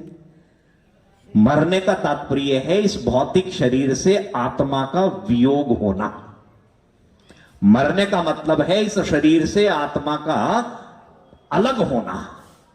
और कैसे हैरत की बात है, मरना कोई नहीं चाहता, ये आत्मा इस भौतिक शरीर को छोड़कर जाना नहीं चाहता। और इस भौतिक शरीर की कोई औकात नहीं है कि ये चेतन तत्व आत्मा को धक्का देकर बाहर निकाल दे। तो कोई ऐसी शक्ति निसंदेह इस संसार में विद्यमान है जो मानो कह रही हो, पुकार कर रही हो कि अब भोग खत्म हो चुका है, पत्तल उठने का समय आ गया है, और बस वो आत्मा को वहां से निकाल के, और निकालने के बाद उसके कर्म के अनुसार ही दूसरे शरीर को धारण भी कराता है। इसी को इस वेद मंत्र में कहा या आत्मदा। बात समझ में आई? ये तो एक ही शब्द हुआ और समय 5 मिनट और फालतू भी हो गए। तो चलिए, खैर, जानने की जिज्ञासा, देखो ये मैंने केवल इसलिए बताया है कि सच्ची में मंत्रों की व्याख्याओं में बहुत आनंद आता है, और बड़ा दुख है कि ये परंपरा भी अब कम से कम कुछ कुछ ध्वस्त सी होती जा रही है। तो मंत्रों की सुंदरतम व्याख्याएं हों, संदेश परख चर्चाएं हों, और कहने वाला मन से कहे, सुनने वाला मन से सुने, तो कोई कारण नहीं है कि एक बात तो यहां मर्म स्थल पर निसंदेह जाके चिपक जाएगी। तो इस कम समय में आपने इस संक्षिप्त सी चर्चा को बहुत अपनेपन से सुना, ऐसा मुझे आभास हो रहा है। मैंने भी उतने ही मन से सुनाया है, इसका भी मुझे पता है। आप सभी का बहुत बहुत आभार प्रकट करते हुए अपनी वाणी को यहीं विरमित करता हूं। कल, परसों, नरसों, इतवार तक यानी शनिवार तक ये सभा पार्कों में चलेगी। और भाई यहां हाथ रख के अपने आपको अच्छा लगा हो भजन, और थोड़ा बहुत अच्छा लगा हो मेरी ये चर्चा, तो मैं भी, आयोजक तो निवेदन कर ही रहे हैं, मैं व्यक्तिगत रूप से भी निवेदन करता हूं कि पंपलेट आपके पास में है, नहीं होंगे तो उपलब्ध हो जाएंगे। उसमें जहां जहां ये कार्यक्रम सभा रूप में रखे गए हैं आप देख लेना, और आप सादर आमंत्रित हैं। आप आएंगे तो बहुत अच्छा लगेगा और ये कार्यक्रम भी बहुत सफल होगा। इन्हीं शब्दों के साथ आप सभी का बहुत बहुत आभार। इति ओम शब्द।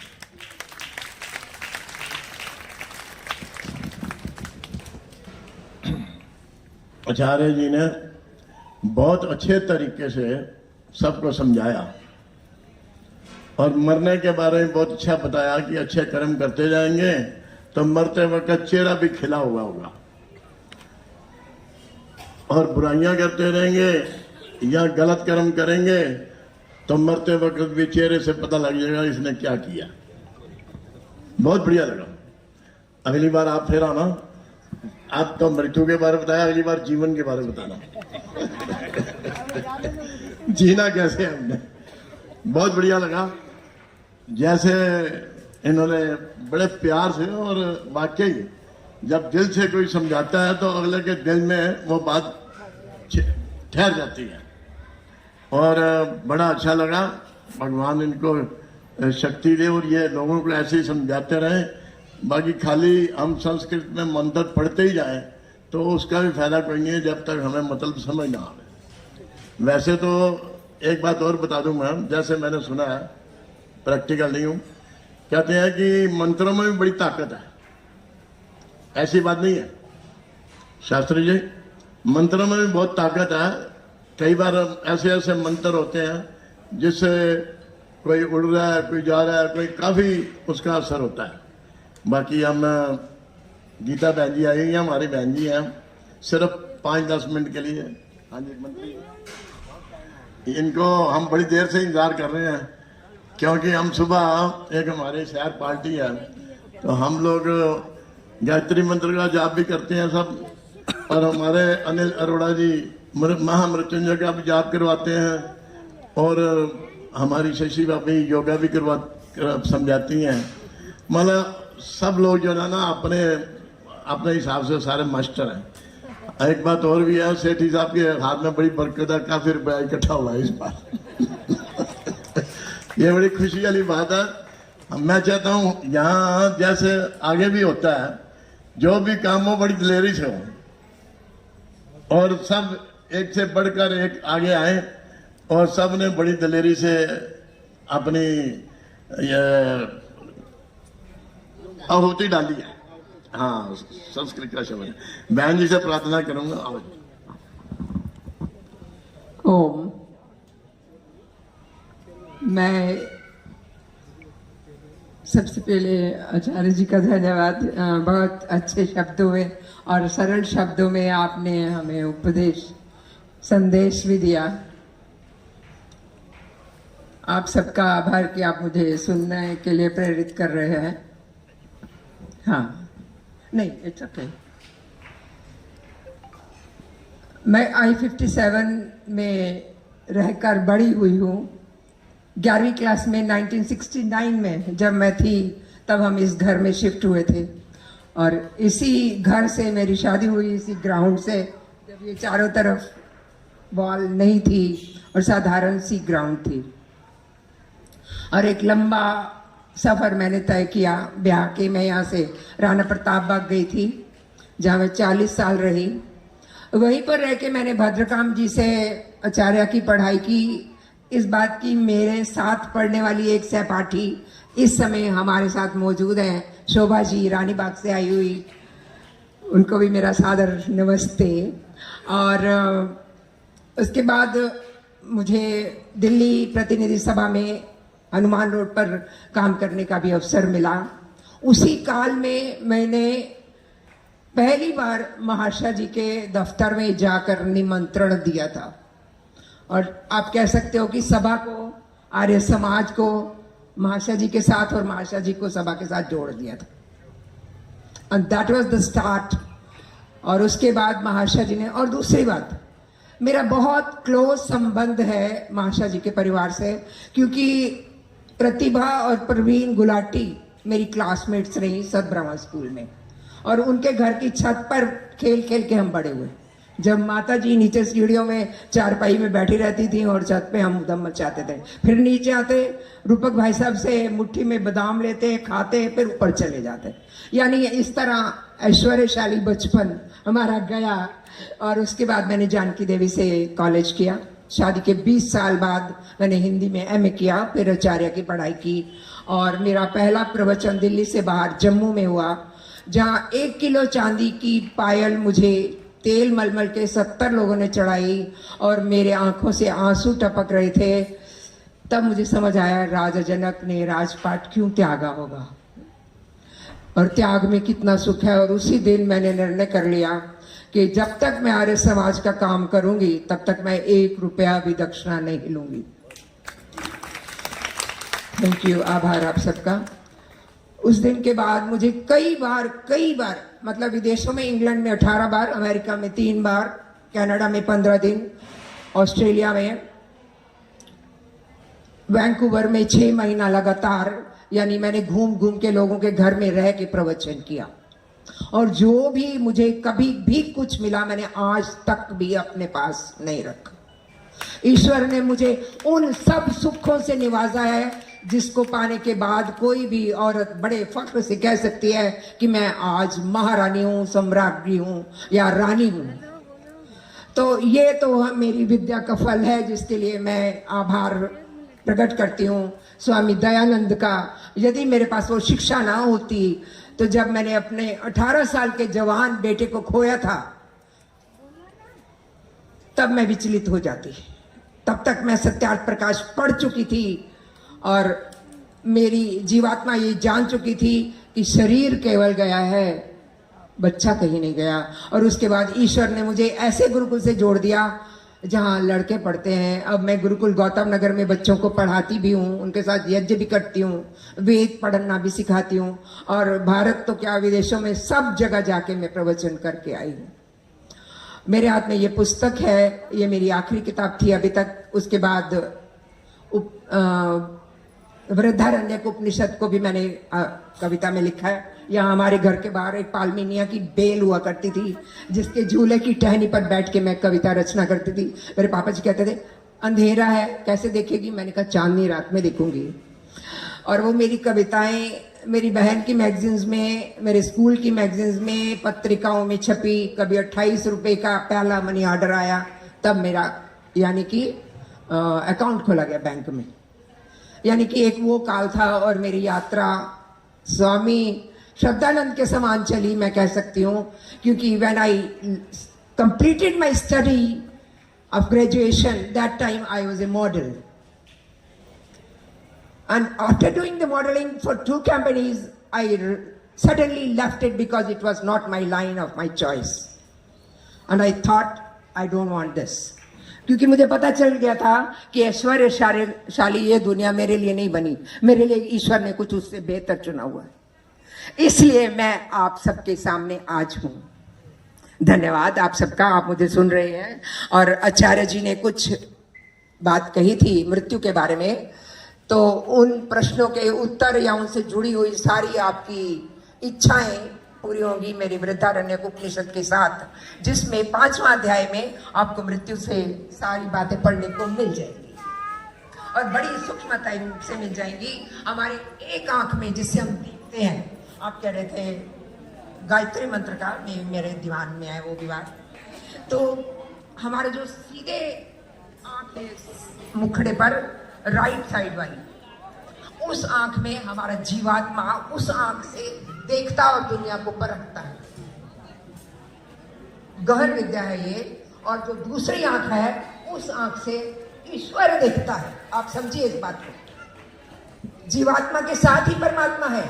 जो आप देख रहे हैं वो ईश्वर देख रहा है, जो आप सुन रहे हैं वो ईश्वर सुन रहा है, जो आप बोल रहे हैं वो ईश्वर बोल रहा है, और जो आप महसूस कर रहे हैं और नहीं कहना चाहते हैं, जो मन तक है, वो भी ईश्वर पढ़ रहा है। सो इसलिए आपको कभी भी गलती से भी ईश्वर को भूलना नहीं चाहिए। शासन उसी का है। ये हम यहाँ तक जान गए। ये छोटा सा एक उत्तर था आचार्य जी की बात का। अब मैं गायत्री मंत्र पर आती हूँ। प्रेम भाई साहब मुझे 1-2 बार ओकेजन में मिले, कार्यक्रमों में भी, अभी राजस्थान में भी हमारे इनसे भेंट हुई थी।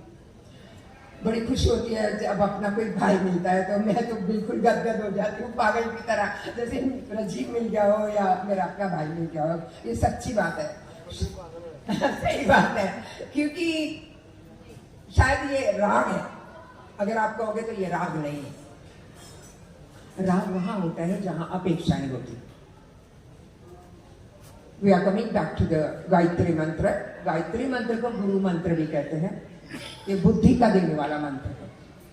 इस मंत्र की व्याख्या करते हुए उपनिषदकार कहते हैं बृहदारण्यक में ही कि एक भी आचार्य यदि आपके घर में गायत्री का यज्ञ करवा देता है, तो आप उसको सारी दुनिया की दौलत जितनी भी दक्षिणा दे देते हैं, तो वो भी कम है।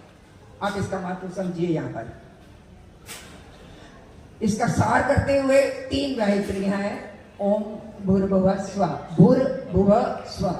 ओम तो ईश्वर का निज नाम है। जैसे मेरा नाम गीता, मैंने इसको कविता लिखने के लिए गौतमी लिखती हूं मैं। इसी प्रकार भाई का नाम राजीव। इसी प्रकार ईश्वर का निज नाम किम, ओम। अब बोलिए एक बारी ओम। ओम सब बोले ओम। फिर से बोले ओम। आप बोलेंगे, जब ओम का उच्चारण करेंगे तो आप अपने अंदर अनुभव कीजिए कि जो ध्वनि है वो नीचे से उठकर बाहर की तरफ आ रही है। ऊपर जाता है। ये कैसे जाता है? हृदय से निकलता कैसे है? ये नाद है, ये स्वर है, ये आपको कैसे जागृत करता है? वो ज्ञान आपके अंदर है। युग युगांतरों में, जन्म जन्मांतरों में आपने कमाया, जन्म दर जन्म जो आपने कमाया है। आपने सारी योनियों में कितनी माताओं के दूध पिए, कितने योनियों में पैदा हुए, कितने तरह, कभी पुरुष बने, कभी नारी बने, कभी जलचर, कभी नभचर, अपने अपने कर्मानुसार बढ़ते गए। परंतु अब आप मनुष्य हैं, ईश्वर की सर्वोत्तम कृति। उसके बाद जो नारी है, मैं कहूंगी उससे भी उत्तम, क्योंकि नारी को कहते ना, आप मंत्र बोलते हैं पूर्णमदा पूर्णमिदम्, तो पूर्ण ईश्वर के बाद सब कुछ अपने में से भी पूर्ण को पैदा कर देती है। वो केवल नारी ही है, पूरे शिष्य को पैदा करती है। है, जिसमें सोचने की शक्ति वैसी है, देखने की भी वैसी है, सुनने की भी वैसी है, सारे अवयव उसी प्रकार है जैसे ईश्वर चाहता है वो। तो यानी नारी पर बहुत भार है, और वो भार है कि वो संभाले। भाई साहब आ गए हैं, नहीं जानती हूँ इसका मतलब यही है। हाँ जी बिल्कुल, तो हमारे ऊपर बहुत भार है, हमें वही संभालना है। तो गायत्री मंत्र के लिए 3 गायत्रियां, ओम भूर्भुवः स्वः। राइट, शांति पाठ के लिए आप सब लोग क्या कहते हैं, सूचना ओम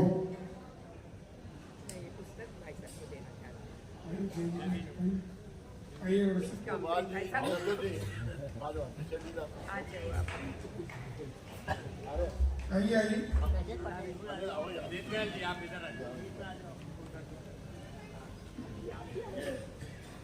और भी कोई आना चाहता है आने बाद में बड़ा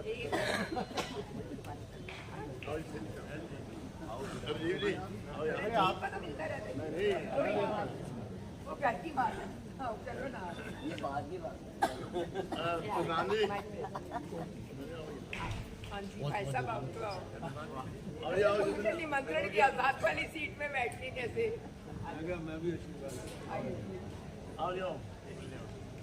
आशा है प्रेम अरोड़ा जी इस पुस्तक को बड़े ध्यान से पढ़ेंगे भी, बहुत अच्छी है, बहुत ईजी है, तभी ये भेंट सार्थक होगी।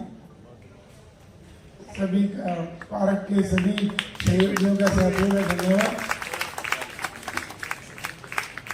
सूचनाओं में कल का कार्यक्रम जो है C88 के पार्क में, ये रमेश नगर के जो पुल है उसके नजदीक पड़ता है, तो कल का कार्यक्रम वहीं पे होगा।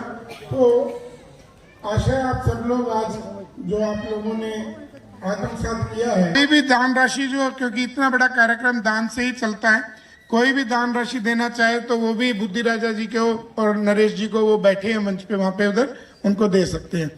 मैं शांति पाठ म्यूजिक कर सर मैं अरोड़ा जी से, क्योंकि ये पहले ही फूल मालाएं हो चुकी थी, मैं चाहूंगा कि अरोड़ा जी आज हमारे आचार्य जी का, क्योंकि बीच में आप आइए, अब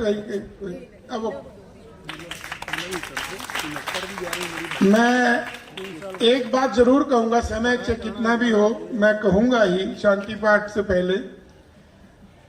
मरने की जो बात करते हैं, मैं हमेशा 2 बातें कहा करता हूं, ये मन में रखता हूं। एक तो ये कि मरने से पहले कभी नहीं मरना, मेरा ये तकिया कलाम है, ये आम बात है कि मैं मरने से पहले, क्योंकि एक स्पोर्ट्समैन रहा तो हमें ये पता था कि लास्ट मोमेंट तक, लास्ट सेकंड तक लड़ना है, मरने से पहले नहीं मरना। आर्य समाज के अंदर देखेंगे तो सारे वृद्ध जितने समझदार हैं वही लोग आर्य समाज के कार्यक्रमों में आते हैं। ज्यादातर लोग कहते हैं बुजुर्गों का समाज है, समझ ही इस उम्र में आके डेवलप होती है। तो उसमें क्या है कि इस उम्र में आकर के आदमी के अंदर बहुत सारे अवसाद पैदा होने लगते हैं कि हम क्या कर रहे हैं, हमारी जिंदगी क्या, अब हम चले जाएंगे, इसका क्या, उसका क्या। तो एक बुजुर्ग आर्य समाजी परिवार से एक बुजुर्ग ने मेरे से पूछा कि विनीत जी मरने से कैसे, मेरे को डर लगता है, मैं सोचता रहता हूँ कैसे बचा जाए। मैंने कहा अंकल जी मरने से पहले ही आप रोज मर रहे हो, मरने की, आप तो रोज ही मर रहे हो, आपको क्या मौत मारेगी। और दूसरा, एक हमारे आचार्य जी सुबह के प्रवचनों में कहते हैं, सुबह रोज 7:30 से 8:30 बजे तक होता है, तो 15 मिनट वो भी हम लाइव करते हैं। अगर आप लोग अपना नंबर देंगे आपको व्हाट्सएप में जोड़ दिया जाएगा। तो उसमें आचार्य जी एक ऋग्वेद के एक वेद मंत्र का, मंत्र तो मुझे नहीं याद, लेकिन उसका भाव जरूर आपको बताऊंगा। वेद ये कहता है कि अगर आपके सामने कोई आदमी इतनी बड़ी ताकत वाला है कि जिसकी ताकत आप समझिए हाथी जैसी, और आप उसके समक्ष एक चींटी से कम उस आपका वजूद है, आपके अस्तित्व उस चींटी से भी कम है, तो भी सत्य बोलते हुए या सच बोलते हुए या सच के लिए उस अपनी मृत्यु की, अपने प्राणों की भी बिल्कुल परवाह किए बिना सच का समर्थन करते हुए उस हाथी से भिड़ जाना चाहिए, मृत्यु से नहीं डरना चाहिए।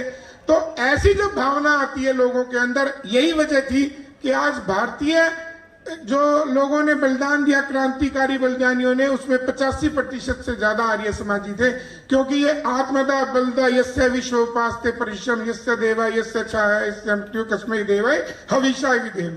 तो हमें ऐसे परमात्मा की पूजा करनी चाहिए, ऐसी आराधना करनी चाहिए जो हमें आत्मिक बल दे और हमें इस तरीके से मजबूत बनाए। तो ये वेद के संदेश हैं।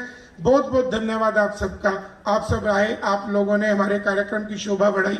आचार्य जी को सुना। आचार्य जी का थोड़ा स्वास्थ्य भी आज गड़बड़ था, लेकिन फिर भी आचार्य जी का भी बहुत धन्यवाद। मैं चाहूंगा हम सब लोग मिलकर आचार्य जी के लिए और बहन जी के लिए एक बार जोर से तालियां बजाएं।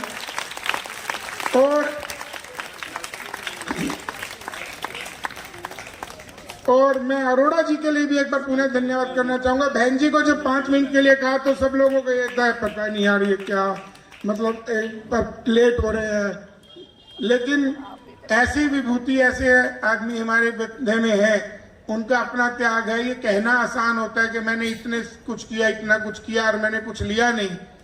तो एक बार बहन जी के लिए, अरोड़ा जी के लिए एक बार पुनः मैं निवेदन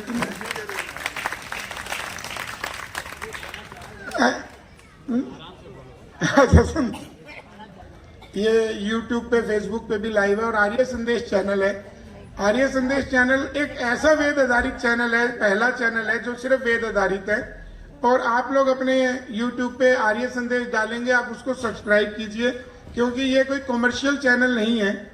और आप लोग इसे करिएगा, आप लोगों के कहीं ना कहीं नोटिफिकेशन कुछ ना कुछ आपको ये, क्योंकि हम लोग रोज तो इस तरीके से कार्यक्रम नहीं कर सकते, लेकिन वहां पे डेली ये सब चीजें सुबह से लेकर के शाम तक सिर्फ और सिर्फ वेद आधारित कार्यवाही और गतिविधि और कार्यक्रम, भजन, वो सब रहते हैं। तो मैं उम्मीद करता हूं, ये मैंने दिल्ली सभा से एक निवेदन किया था कि आप हमारे प्रोग्राम को कवर कीजिए, तो बोले उससे हमें क्या फायदा। मैंने कहा जी मैं सबसे निवेदन करूंगा, आप सब लोग सब्सक्राइब करेंगे और हमारी संख्या बढ़ेगी तो लोगों में वेद प्रचार होगा। आप ठीक है, कहीं किसी तरीके से किसी आहुति आपकी भी रहेगी एक एज के अंदर।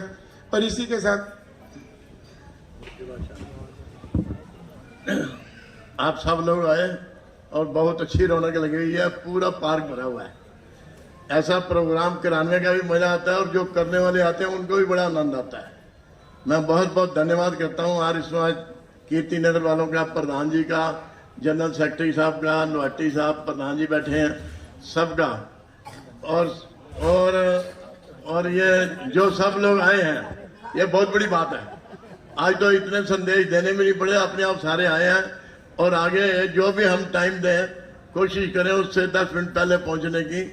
और खाना बहुत बढ़िया तैयार है, सब भोजन करके जाएं, आप भी करके जाएं, आपके बच्चे भी करके जाएं।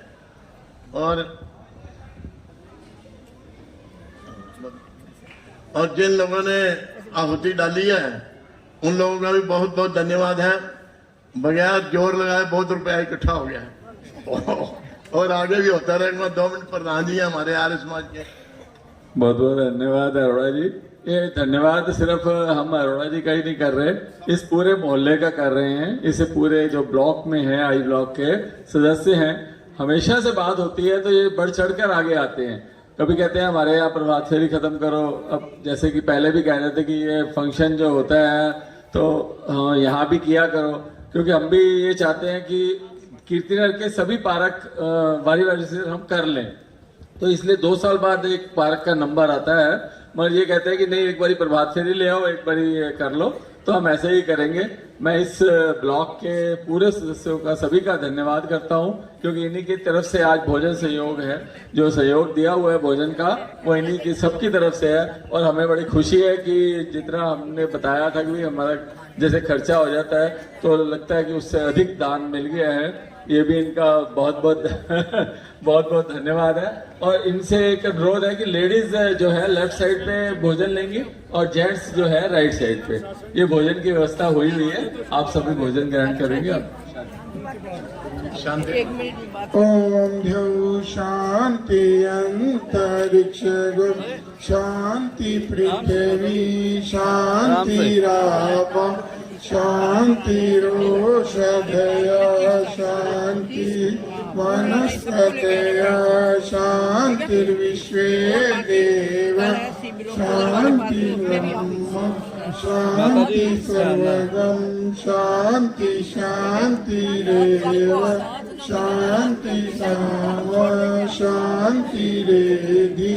ओम शांति शांति शांति। जो बोले सो अब है। जो बोले सो अब है। मर्यादा पुरुषोत्तम आर्य समाज, वेद की ज्योति, ओम का झंडा, प्रणव ध्वनि।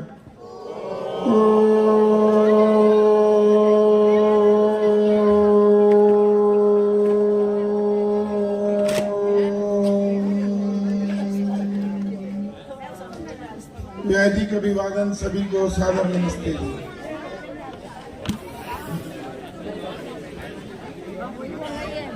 मैं आर्यवीर दल से जो भी बच्चे आए हैं उनका भी बहुत बहुत धन्यवाद है।